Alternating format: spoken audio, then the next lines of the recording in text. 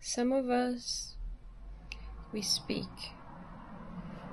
We are constantly saying word after word after word. And it's almost like we want to fill every space. We want to explain, we want to justify, we want to narrate. But what if sometimes the communication is not about informing, is not about connection to the other person, but it's about building a shield around us. Have you ever felt like this? That you had to fill every space possible in a conversation, leaving no space for wondering and no space for taking the surroundings or your whole body in?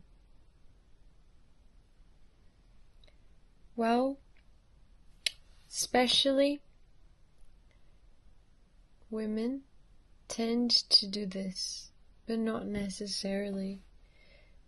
That's because of our conditioning. We were conditioned to function and entertain people. But we can still, as a society, not depending on the gender, still continue to use communication and language in a way of having control of the situation.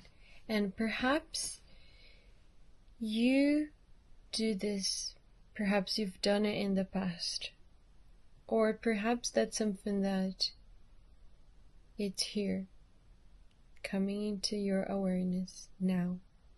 But mostly making sure that you are there to control the room, to avoid discomfort. It's almost like when we don't pause to acknowledge, we take a breath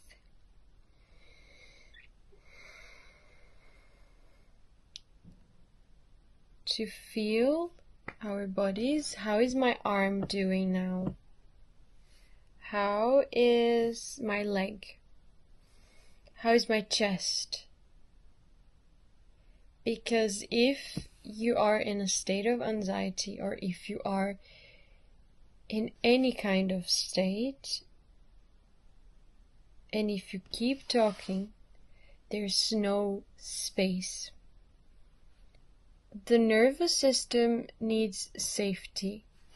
And one way that the nervous system bonds one person to the other person, and when we talk to one another, we produce oxytocin. So a way that the body can feel safe is to keep talking. It's not only emotional, but it's also biological. It creates this sense of safety, this sense of bonding. It tells us by our body. The body learns that talking is connection, talking is regulation. And by overtime, that becomes automatic. We already know, our body already knows that when we talk, we are safe. Being around people is wonderful. It's a wonderful gift. But when we are awake, when we know what's happening, and we are present with our words, we know what we are saying, we are aware. And sometimes, if we don't feel safe, we zone out. We zone out by not leaving any space. We become afraid of the silence, and that's why we don't want to pause. So we keep filling each piece of the conversation, if you want to say it that way. And then for the women, we were conditioned, like I mentioned at the beginning, that we are here to entertain, but also to keep things flowing and to keep being kind to everyone, to not being rude. So in a way, we have to fight against this conditioning and making sure that everyone is taken care of, everyone is okay, making sure that we are not cold with other people, and the energy is light in the room. So if we feel nervous during the conversation as well, keep talking. Why is silence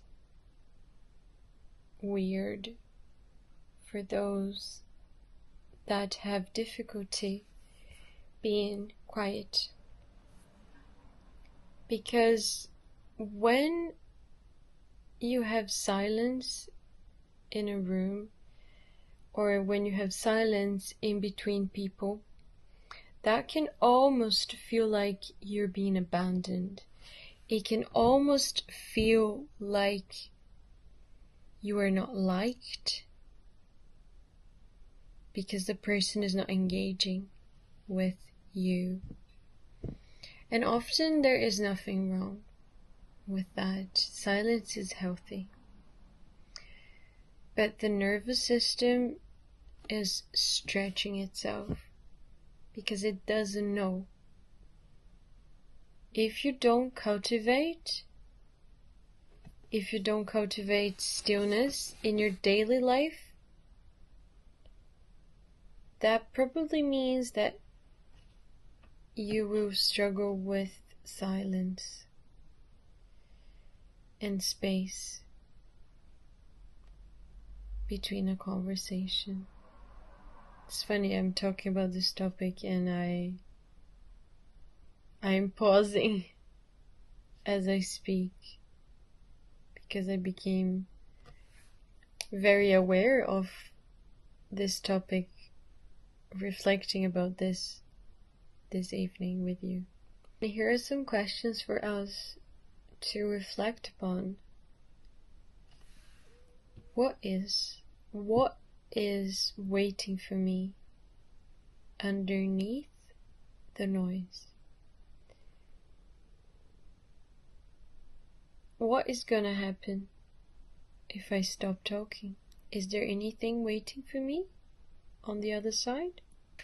And to end this video, I would like to remind us all that silence is not failure. Silence is not being abandoned. Silence is not being not liked. But silence is presence. And we need presence even when we are into living in our interpersonal connections with other people. And we also need that with ourselves, with our inner chatter. Silence is where the truth arises, even if that means pausing for a couple of times and acknowledging our words and being intentional with our words and allowing ourselves to be who we are. We don't need to speak to feel safe. We don't need to speak to feel safe. Thank you so much for being here. I appreciate you. Have a lovely rest of your evening. Bye.